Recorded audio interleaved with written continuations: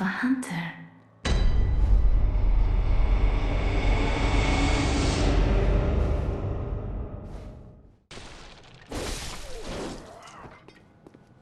One swipe.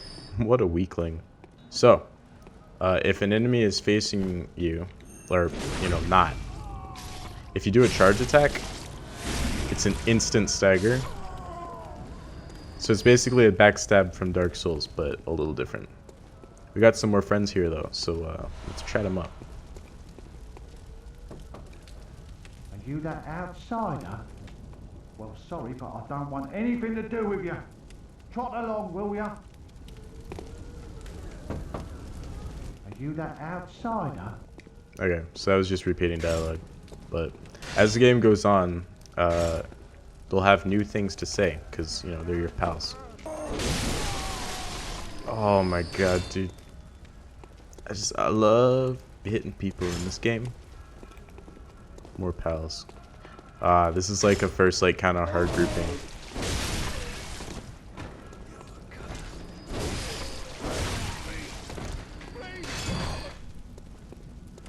Let's see if we can get a parry. I want one really bad. No? Nobody? Yeah. I love that. Alright. These shield boys, do a charge attack on them, they're finished. So another thing this game has, which I absolutely love, is the rally system. Which basically means when I take a hit, there's a brief period of time in which if I hit other people, I get health back. And so what that basically does is it incentivizes aggression within the player. If you get hit, you want to stay in and get those hits back. And I feel like that's really cool as compared to the rest of the Souls games. The director, I remember the philosophy for this game was aggression. The designers kind of hated that Dark Souls players were just hiding behind their shields and doing tank builds. So they said what if we did a game where aggression was the only viable option, and you get this weird, cool freaking game. Oh, come on. I'm getting the parry, but I'm trading, which means I'm either a little too close or a little too late, both of which suck. This opening section is so brutal. And I kind of love that because it's literally the first open area in the game, and it's so challenging. It forces you to learn how to play properly. And it's cool because every section after this you're gonna need to learn how to play or know how to play. But this is the get good gate. It's are you good? No? Then don't come in. There's a couple different ways you can take this area, because there's two gunners. There's the one by the gate down there, but then there's one also standing up there to the left. I like to get the guy on the left first, just because, get him out of the way.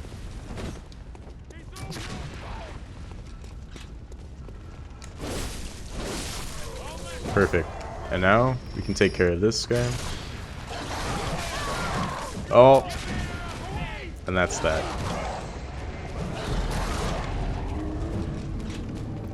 So yeah, this game is hard. That was 3 hits. You don't get all that many chances.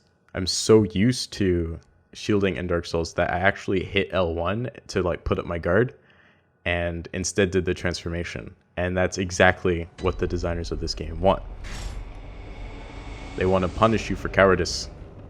That's another neat thing that I think is really neat about the opening section, is on your first try, you're almost bound not to win. And so it kind of inherently teaches you this game's gameplay loop, is that you'll have to go through areas, learn the best routes or, enemies they're in. And that's the only way to truly master it.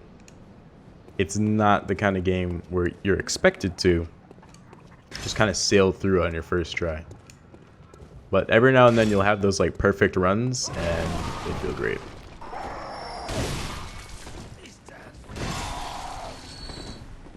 just take care of this fool.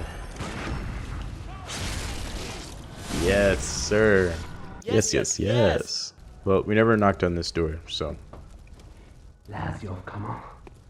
You'd open the door on a night of the hunt. Away with you. Now. He hates it. Oh no. That's better. Look at, there's just, that's a lot of men. Let's go up this way. I feel like this is a pretty good path. Because you get this guy up here, and then you draw some, but not all of the guys downstairs. The long version of the axe is super nice because it's crowd control. Like I can hit more than one guy at the same time, and from far away. So it's like the coward's weapon, which means it's perfect for me. Ooh, that was just brutally late. Okay, this is the guy who picked up my souls. If I kill him, I get my stuff back. Because when you die, you basically lose your experiments points to level up. So you gotta win him back. Like that. I think that's like a really cool mechanic. And something that the Soul series popularized. I think a couple of the games did it before, but it's just so cool, dude. Sweet, so we cleared that area. It's pretty tough. And when you're first getting used to this game, like, it takes more than a few deaths before you're able to just slide right through. Some ladies. From round here? Well, stuck outside on a night of the hunt. Oh, you poor, poor thing. I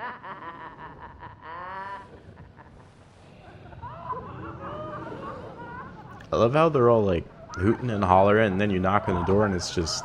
I don't reckon you're from round here. It just stops.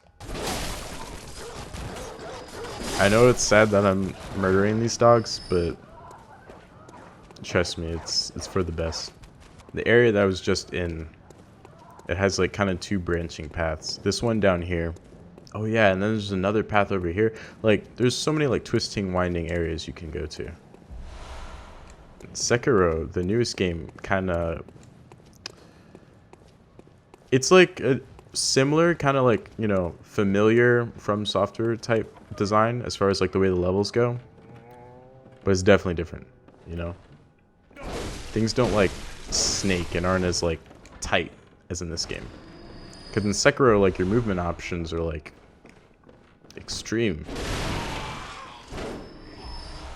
But in these games, because of how like limited your movement is, the levels can be like super tight. You know, like square footage is used like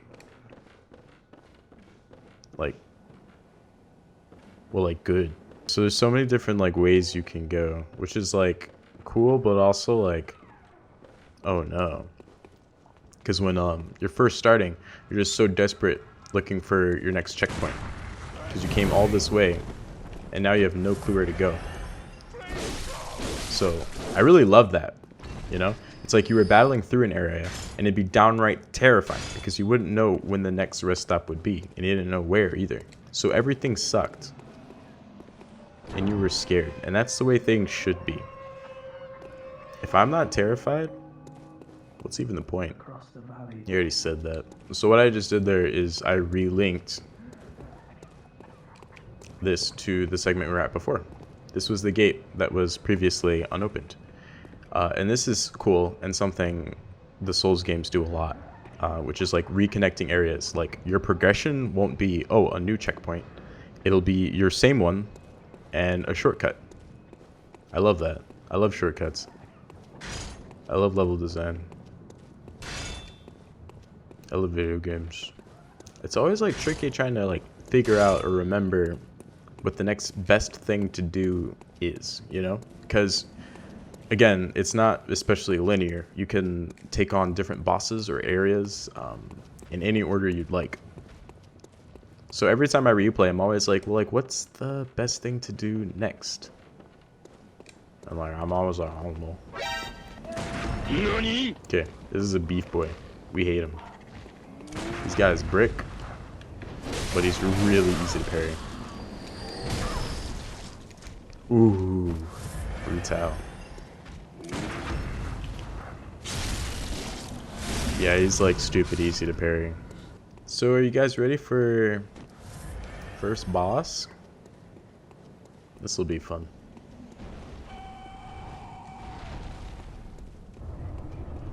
Let's do it. Oh, I'm already eating it. Oh no.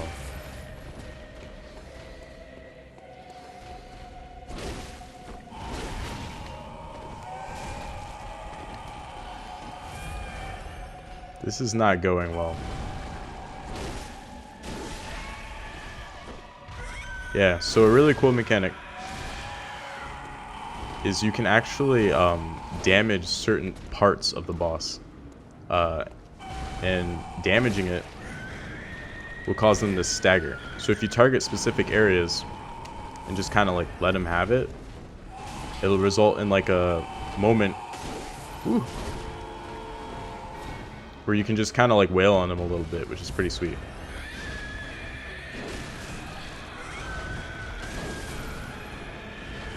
So we're using a tried and true tactic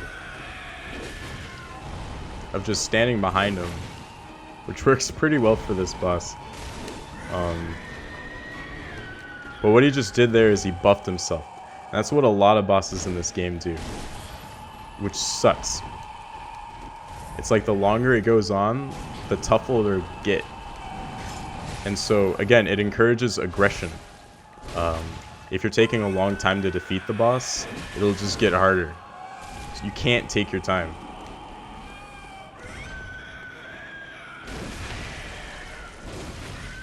That was a jumping attack.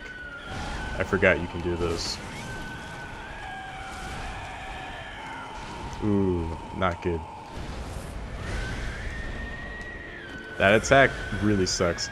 If you're at a distance, he'll use that and it'll like yoink you to death.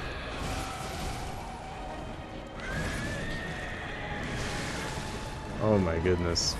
This could be going a lot better. Let's see what we can do here though.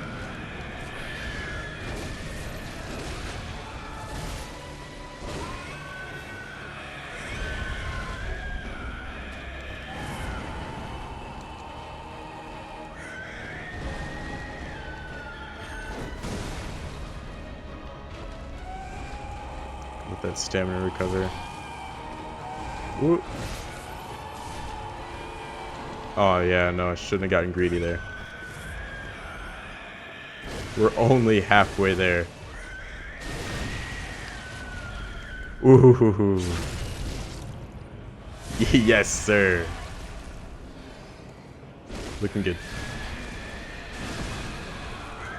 Or looking better than not at all.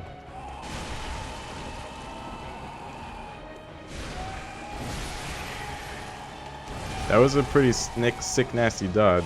The camera's not cooperating though. The camera kind of hates this fight.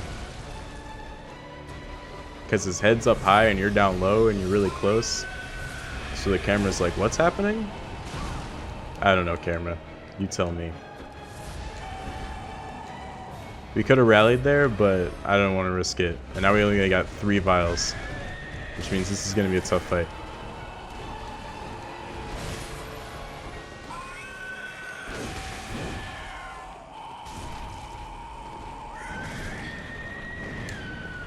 Ooh, interesting.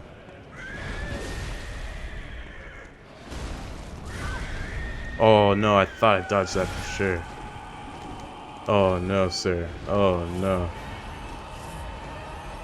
Out of vials.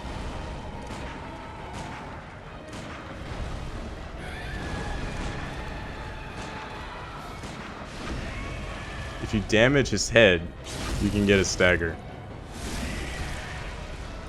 Pro tips. Helped a little bit.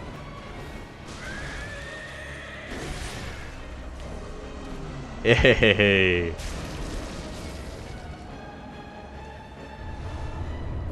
Not bad. Not bad. So that was the first boss. And it's probably good as any place to stop, honestly. Like, I could go for hours. But that's probably a good place to stop for now, at least. If you guys want to see more, I mean, I could keep digging into this, but man, what a game.